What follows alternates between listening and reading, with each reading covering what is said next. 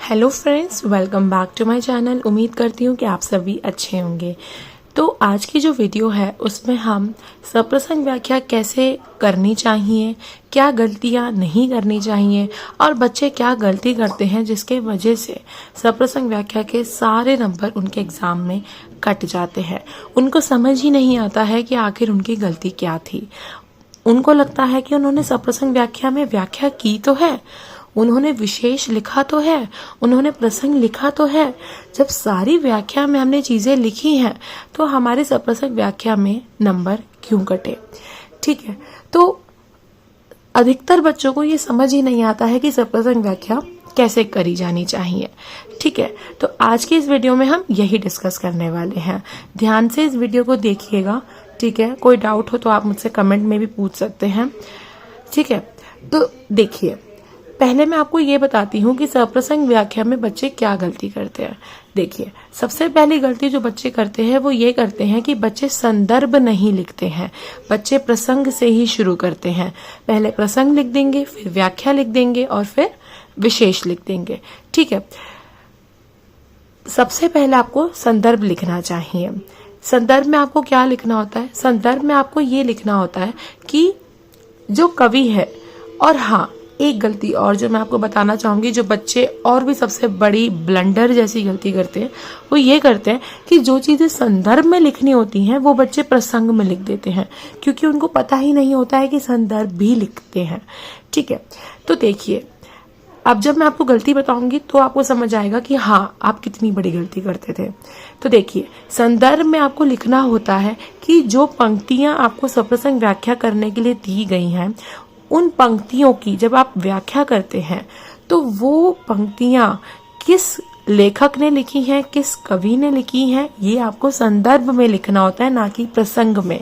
ठीक है, और किस काव्य संग्रह में संग्रहित है, किस कहानी से ली गई है, किस कविता से ली गई है, ये सब आपको संदर्भ में लिखना होता है, ना कि प्रसंग में।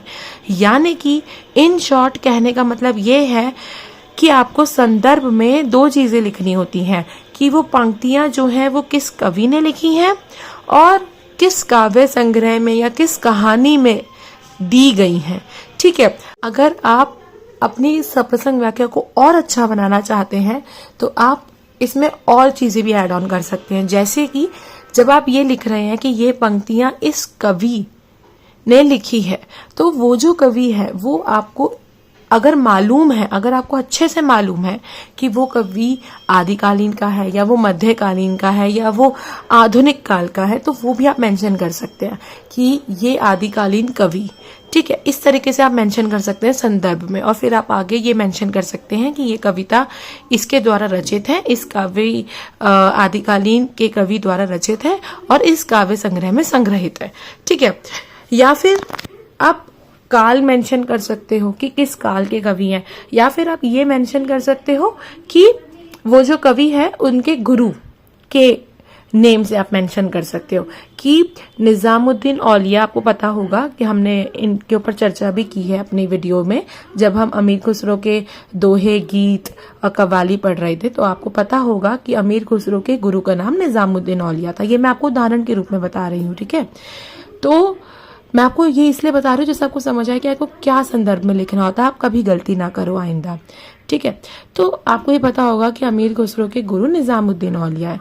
तो आप क्या लिख सकते हो कि जब आप अमीर खुसरो की कव्वाली या उनके गीत या उनके दोहों की जब सप्रसंग व्याख्या कर रहे हो, उनकी पंक्तियों की सप्रसंग व्याख्या कर रहे हो, तो आप ये लिख सकते हो कि ये पंक्तियां निजामुद्दीन औलिया के शिष्य अमीर खुसरो द्वारा रचित है।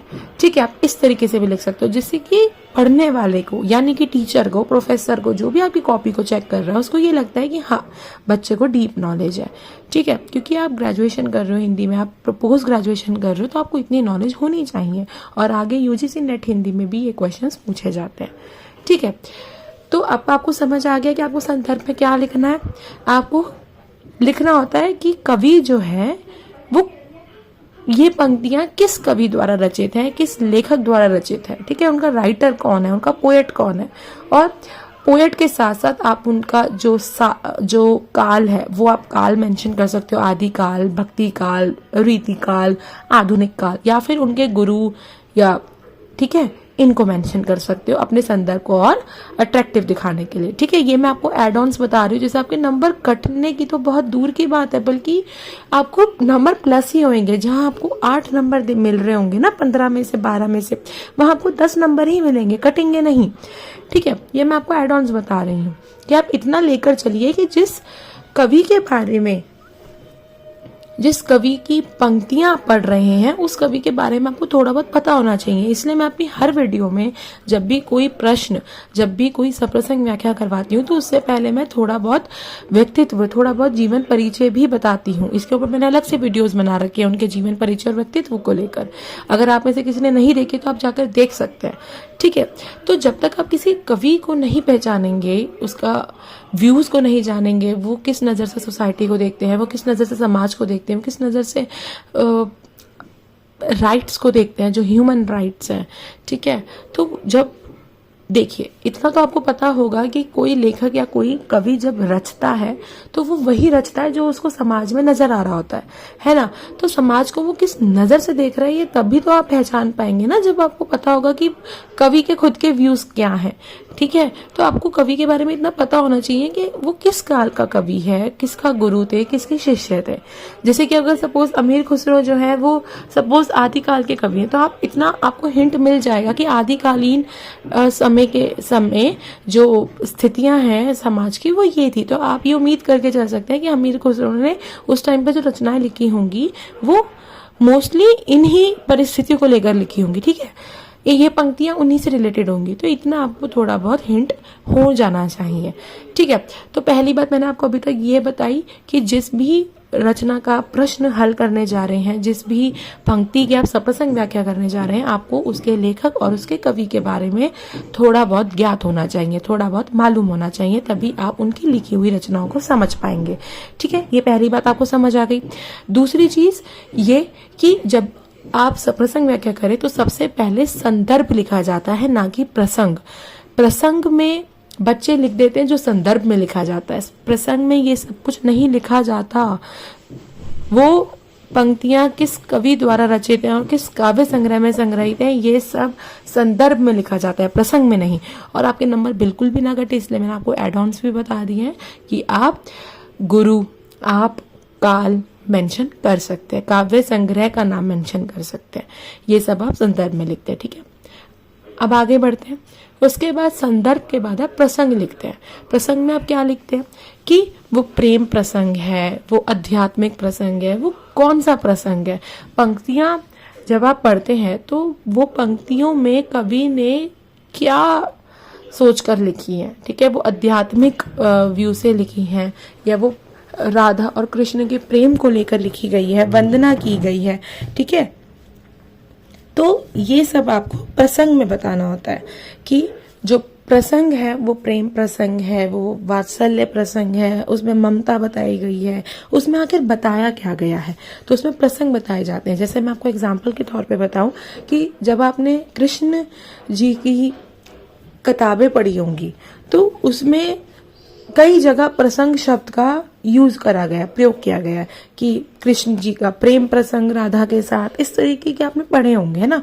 तो वही चीज है कि कृष्ण जी का अगर आप प्रेम प्रसंग पढ़ रहे हो तो उस प्रेम प्रसंग में प्रेम ही दिखलाया गया है, प्रेम का ही वर्णन किया गया है। अगर आप वंदना, आध्यात्मिकता का प्रसंग पढ़ रहे हो तो उसमें आध्यात्मिकता ही दिखाई गई है, उसी का ही वर्णन किया गया।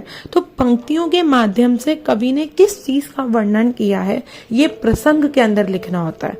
मोस्टली बच्चे क्या गलती करते हैं कि जो संदर्भ में लिखा जाता है वो प्रसंग में लिख देते हैं। ठीक है, अब आपको अच्छे से समझ आ गया संदर्भ में क्या लिखते हैं, प्रसंग में क्या लिखते हैं। फिर आता है आपकी व्याख्या। व्याख्या में आपको पंक्तियों की व्याख्या करनी होती है बहुत अच्छे से। ठीक है, कई बार पंक्तियों के माध्यम से जो कवि होता है वो रहस्यवाद को भी बताता है, तो आपको रहस्यवाद भी बताना होता है।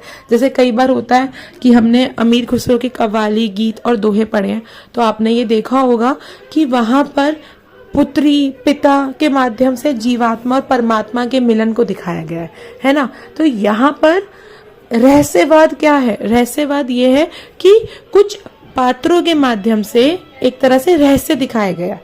ठीक है, भावनात्मक रहस्य।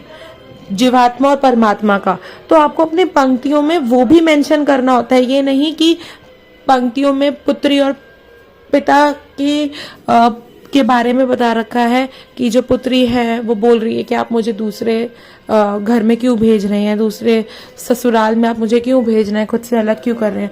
तो यहाँ पे इसके माध्यम से अमीर खुसरो ने क्या बताया है कि जो जीवात्मा है वो परमात्मा से ये बोल रही है कि मुझे आप खुद से क्यों अलग कर रहे हो, मुझे सृष्टि में क्यों भेज रहे हो। सृष्टि का मैंने आपको बताया था, आपने अगर क्लासेस अटेंड करी हो, कि सृष्टि को यहाँ पर ससुराल का प्रतीक माना गया है ना, परमात्मा को पिता का, जीवात्मा को पुत्री का। तो ये रहस्यवाद होता है, तो आपको ये भी पंक्तियों में बताना होता है। ये नहीं होता कि पंक्तियों में पिता और पुत्री का दिखाया है तो आप व्याख्या में हर जगह पिता और पुत्री लिख देंगे, नहीं, आपको रहस्यवाद भी बताना है उसमें, जो मेंशन करा गया है पंक्तियों में कि इसके माध्यम से जीवात्मा परमात्मा से ये कह रही है कि, ठीक है, इस तरीके से आपको व्याख्या करनी होती है अच्छे से। फिर उसके बाद आता है आपका विशेष। विशेष में आपको शिल्प सौंदर्य और भाव सौंदर्य दोनों बताना होता है, ठीक है।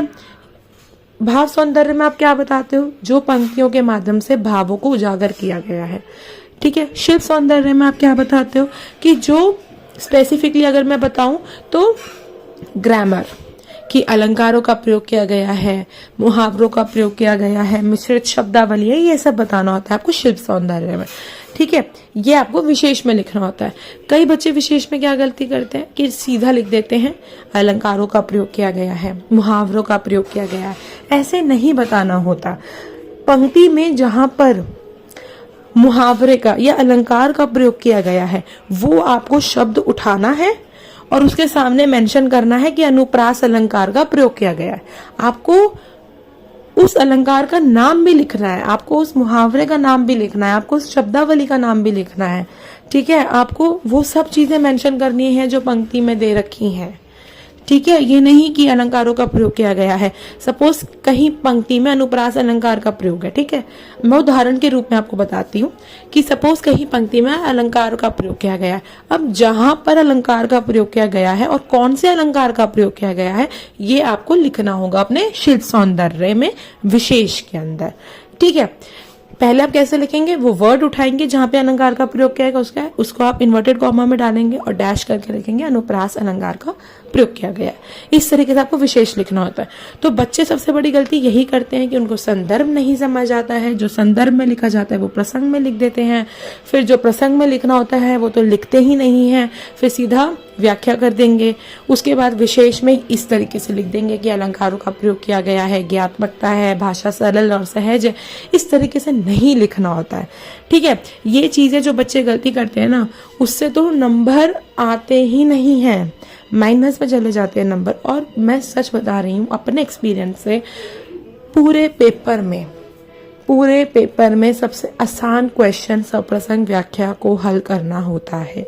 जैसे जब हम छोटी क्लासेस में होते थे तब आपको याद होगा अनसिंग पैसेजेस आते थे, है ना, इंग्लिश के पेपर में और हिंदी के पेपर में आते थे और अनसिंग पैसेज को अच्छे से पढ़कर हम क्वेश्चंस के आंसर करते थे, है ना। सबसे आसान क्या लगता था हमें पेपर में, अनसिंग पैसेज करना, क्योंकि हमें वहां लगता था यार एक पैराग्राफ दे देंगे हमें, जस्ट उसके आंसर्स ही तो निकालने हैं। तो जस्ट लाइक आप उसको उसी तरीके से समझिए सप्रसंग व्याख्या को भी, कि आपको जस्ट पंक्तियों को अच्छे से एक्सप्लेन करना है, उनके अलंकारों को, उनके प्रसंग को, उसके संदर्भ को, कहाँ से ली गई हैं, किस काव्य में संग्रहित है, कौन सा कवि है, कवि किस काल का है, व्याख्या में क्या बताया गया है। अगर रहस्यवाद की पंक्तियां हैं तो रहस्यवाद किस तरीके से वो एक्सप्लेन कीजिए, विशेष में भाव सौंदर्य लिखिए, शिल्प सौंदर्य लिखिए।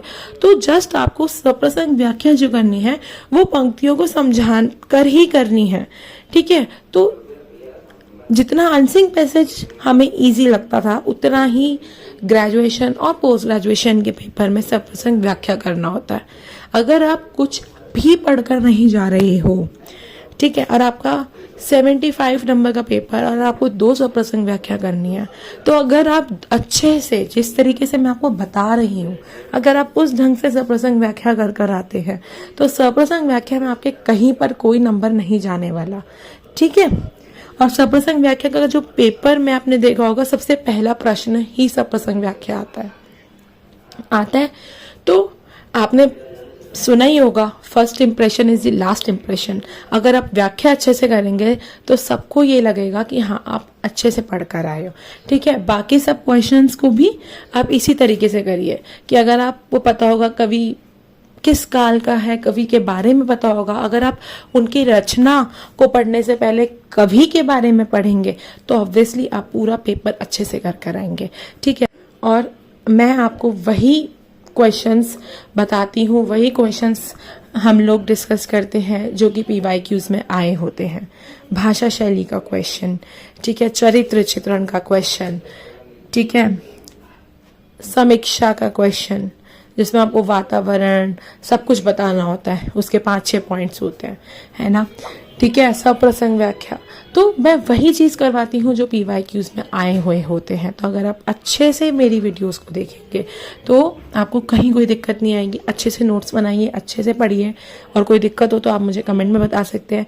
आज की इस वीडियो में हमने अच्छे से डिस्कस करा है कि सप्रसंग व्याख्या कैसे करी जानी चाहिए। ठीक है, अब मैं उम्मीद करती हूँ कि आप गलती नहीं करेंगे अपने पेपर में। ठीक है, तो अगर आपको ये वीडियो अच्छी लगी हो तो ज़रूर आप इस वीडियो को लाइक कीजिए, अपने फ्रेंड्स और क्लासमेट्स के साथ इसको शेयर कीजिए, और ऐसे ही हिंदी रचनाओं से जुड़े हुए महत्वपूर्ण प्रश्नों के लिए जो आपके परीक्षाओं के लिए बेहद महत्वपूर्ण है, उनकी व्याख्याओं के लिए इस चैनल को ज़रूर सब्सक्राइब कीजिए। और आप हमारे टेलीग्राम और इंस्टाग्राम चैनल से भी ज्वाइन हो सकते हैं। तो फ्रेंड्स, मिलते हैं अगली क्लास में, तब तक के लिए गुड बाय।